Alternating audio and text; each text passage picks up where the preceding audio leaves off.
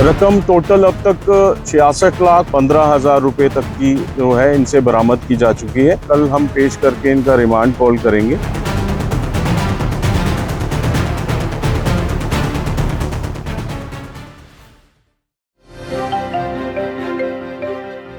दोस्तों, हरियाणा इस बात को लेकर काफ़ी बदनाम रहा है। बहुत सारे ऐसे केसेस पिछले सालों में भी आए हैं जहां पर ये पाया जाता है कि ओवरलोडिंग का जो धंधा है हरियाणा के अंदर, असल में वो खुद इन्फोर्समेंट एजेंसियों के लोग ही करवाते हैं।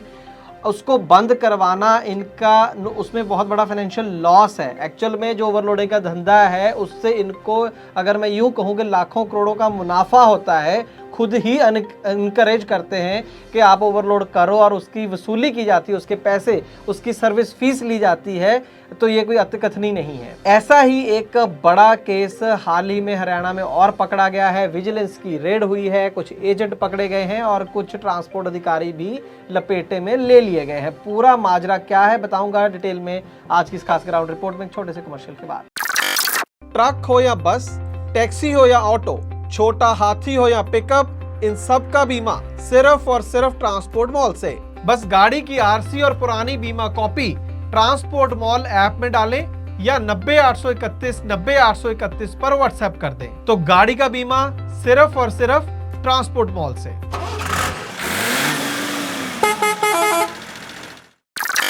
ट्रांसपोर्ट टीवी पर आपका स्वागत है दोस्तों, मैं हूं मनिंदर सिंह और आप देख रहे हैं ग्राउंड रिपोर्ट। दोस्तों, हाल ही में कई खबरें छपी हरियाणा के अखबारों में। पहले तो ये छपी कि करनाल हाईवे पर फर्जी आरटीओ से रहे सावधान, यमुनानगर से 3 गिरफ्तार, 5 लाख कैश बरामद, गाड़ियां निकलवाने के नाम पर करते हुए वसूली।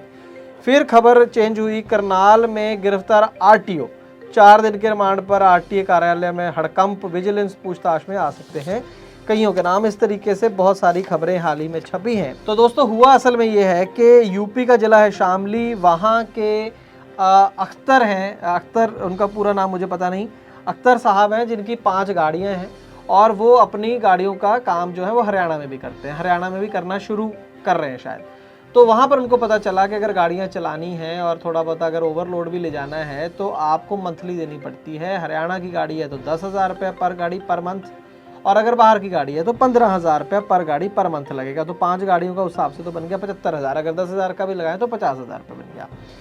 तो जब इनको ये पता चला तो ये हरगिज़ ये पैसे देने नहीं चाहते थे। होता ये था असल में कि व्हाट्सएप ग्रुप बने हुए हैं, जो पैसा देता जाएगा वो 10,000 रुपये या जो भी 15,000 दे के वो व्हाट्सएप ग्रुप में एंटर होगा। तो उसके बाद बताया जाएगा, गाड़ियाँ निकलवाई जाएंगी कि आपको कहाँ से निकलना है, कहाँ से नहीं निकलना है, आपकी गाड़ी का मोटा मोटा चलान नहीं होने दिया जाएगा। ये सर्विस है और ये खुद आरटीओ डिपार्टमेंट के लोग चलाते हैं। तो यहाँ पर हुआ ये कि जो अख्तर साहब हैं इन्होंने एक कंप्लेंट फाइल कर दी हरियाणा के ही विजिलेंस डिपार्टमेंट में, लेकिन साथ में ये गुजारिश करी कि यमुनानगर का ये केस था। असल में यमुनानगर के आसपास ये जो पूरी ये धंधा चलता है आरटीओ स्टाफ का, कि वहाँ का विजिलेंस डिपार्टमेंट इसके ऊपर एक्शन ना ले, कोई और विजिलेंस डिपार्टमेंट कहीं और का, किसी और ज़िले का, वो इस केस को देखे और जिसको मान लिया गया डिपार्टमेंट की तरफ से, दाद देनी होगी खैर। तो यमुनानगर का विजिलेंस डिपार्टमेंट ना होकर करनाल का विजिलेंस डिपार्टमेंट जो है वो इसमें एक्शन लेता है। उसके साथ पूरी प्लानिंग होती है, ट्रैप बिछाया जाता है, वो पैसे देने जाता है बाकायदा। जब जो गाड़ी मालिक है जब वो देने जाता है तो वहाँ पर ही 3 एजेंट हैं, उनको दबोच लिया जाता है। 9 अक्टूबर 2022 की इतवार की ये घटना है। अंकित, नीरज और लवली, ये 3 एजेंट वहाँ विजिलेंस टीम जो है करनाल की वो पकड़ लेती है और 36,15,000 रुपया इनसे बरामदगी भी होती है कैश की। और इस तब ये खबरें चलती है कि फर्जी आरटीओ पकड़े गए, फर्जी आरटीओ पकड़े गए। लेकिन जब इनसे जो इनकी पूछताछ होती है, और उससे भी पहले बड़ी दिलचस्प चीज़ ये थी कि जब इनको पकड़ लिया जाता है तो दूसरे दिन जो आरटीओ ऑफिस में कोई आता ही नहीं है। वहाँ पे जो डीटीओ है या दूसरे कर्मचारी है, जो बड़े कर्मचारी हैं, वो पहुँचते ही नहीं है। ताला लगने वाली हालत हो जाती है और लोग बाहर खड़े रहते हैं। तब ज़्यादा सेंसेशनलाइज हो जाता है केस और तब शक के दायरे में ये लोग खुद ही आ जाते हैं कि भाई अगर एजेंट पकड़े गए, तुम दफ्तर से क्यों छुट्टी मार ली, तुम कहाँ गायब हो गए हो। लेकिन जब पूछताछ हुई, इन्वेस्टिगेशन हुई, तब पता चला, उन लोगों ने नाम ले दिया कि आरटीओ ऑफिस में एक डीटीओ हैं डॉक्टर सुभाष चंद्रा, वो हमारे आका हैं, उनके कहने पर ये सब होता है। तो जब उनका नाम ले लिया गया तो फिर 15 अक्टूबर को उनको भी हिरासत में ले लिया गया और उनसे भी अच्छी खासी पैसे की बरामदगी हुई है।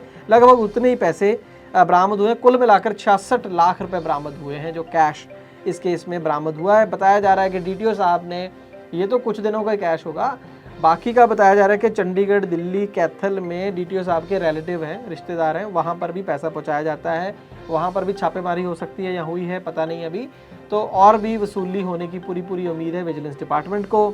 हमारी टीम की विजिलेंस डिपार्टमेंट में बात हुई, वहाँ पर इंस्पेक्टर हैं सचिन जी, उनसे बात हुई तो उन्होंने यही चीज़ें कही कि हमने रिमांड पर लिया है अभी डीटीओ को 4 दिन के, और इसके बाद अभी भी हमारी कोशिश है कि और भी इसमें रिकवरी होगी और पूछताछ जो है वो जारी।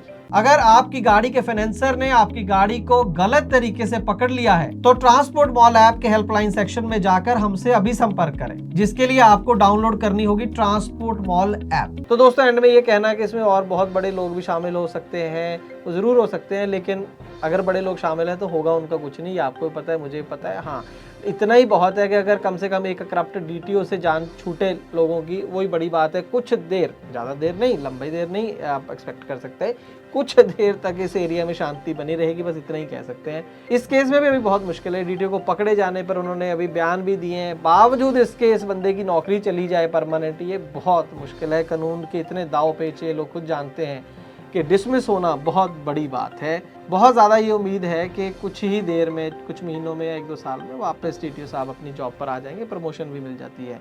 मैंने तो कई केस ऐसे देखे हैं पुराने, पंजाब के बहुत पुराने केस ऐसे हैं जहाँ पर एक महिला डीटीओ हुआ करती थी, वो पकड़ी गई थी ऐसे ही एक केस के अंदर, और उसके बाद जब वो रीइंस्टेट हुई, वापस आई, तो प्रमोशन के साथ आई, बड़ा जिला मिला उनको। और भी कई ऑफिसर हैं ऐसे। तो देखते हैं इस केस में क्या होता है। ट्रांसपोर्ट टीवी का काम अच्छा लगता है तो वीडियोस को दोस्तों ज़्यादा शेयर कीजिए, थोड़ा कम करते हैं, देखते बहुत लोग हैं, शेयर ज़्यादा किया कीजिए, लाइक कीजिए, और अपने इस चैनल को देखने के लिए, ट्रांसपोर्ट टीवी को देखने के लिए बहुत बहुत शुक्रिया। हेलो, क्यों बार बार फोन कर रही है? तुम इतने परेशान क्यों? अरे स्टेट एंट्री पर फंसा हुआ हूँ। आज शाम को गाड़ी की इंश्योरेंस खत्म हो रही है, कल छुट्टी है, कोई एजेंट फोन नहीं उठा रहा, दिमाग खराब हो रखा है मेरा। रोज ट्रांसपोर्ट टीवी देखते हो ना, ट्रांसपोर्ट मॉल ऐप से ले लो। अरे हाँ, ट्रांसपोर्ट मॉल, पर क्या वो छुट्टी वाले दिन बीमा देते हैं? ट्रांसपोर्ट मॉल वाले छुट्टी वाले दिन भी पॉलिसी देते हैं, बस आरसी और पॉलिसी की फोटो उनकी ऐप पर अपलोड करनी है। अभी मैं पता करता हूँ ट्रांसपोर्ट मॉल से। आप तो बस घर आओ, मैंने कोटेशन मंगवा भी ली है, वो भी सस्ते दाम पर। और पॉलिसी कैसे मिलेगी? पेमेंट करने के आधे घंटे में पॉलिसी तुम्हारे मोबाइल पर आ जाएगी। अच्छा, मेरी स्मार्ट बीवी, तो चल पेमेंट भी कर दे। कर दे नहीं, गूगल पे कर भी दिया। तूने मेरी बहुत बड़ी परेशानी हल कर दी है। चल मैं अब घर के लिए निकलता हूँ। हाँ आओ तुम, पॉलिसी आ गई है, भेज रही हूँ वो भी। तो दोस्तों आप भी स्मार्ट बनिए, गाड़ी का बीमा सिर्फ और सिर्फ ट्रांसपोर्ट मॉल से।